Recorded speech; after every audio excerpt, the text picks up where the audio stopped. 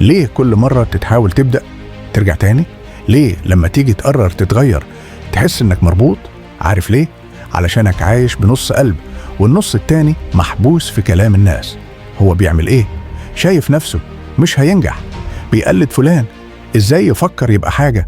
أصوات كتير بتسمعها أكتر من صوتك الداخلي وأكتر من صوت ربنا اللي بيندهك كل يوم: قوم اتحرك، انت تقدر. لكن بدل ما تتحرك بتقف، وبدل ما تحقق بتخاف. خايف من كلمة، خايف من ضحكة، خايف من سخرية، وخايف تتغير والناس تقول عليك انك اتغيرت. يا أخي، ما هو لازم تتغير. هو انت هتفضل ترضيهم؟ هو انت عايش علشان الناس ولا علشان نفسك؟ ركز معايا، الناس عمرهم ما هيرضوا حتى لو بقيت مثالي.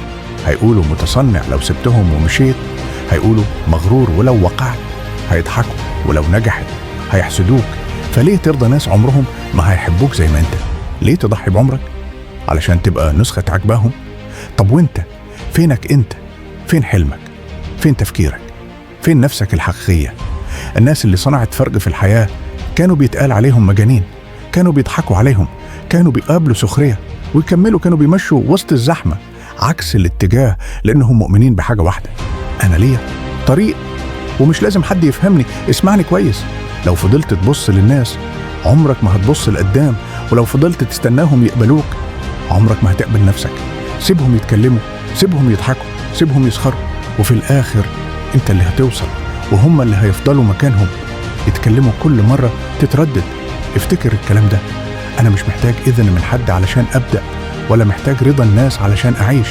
أنا محتاج أكون أنا وبس. لو وصلت للنقطة دي انت قوي قوي. كفاية انك توقف قدام الناس وتقول: أنا كده وعجبني الطريق اللي ماشي فيه.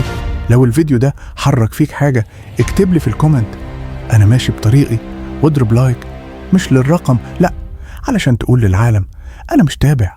واشترك في القناة علشان تفتكر دايما إنك مش لوحدك. خليك انت، خليك صادق، وخليك ماشي حتى لو كل الناس ماشية عكسك.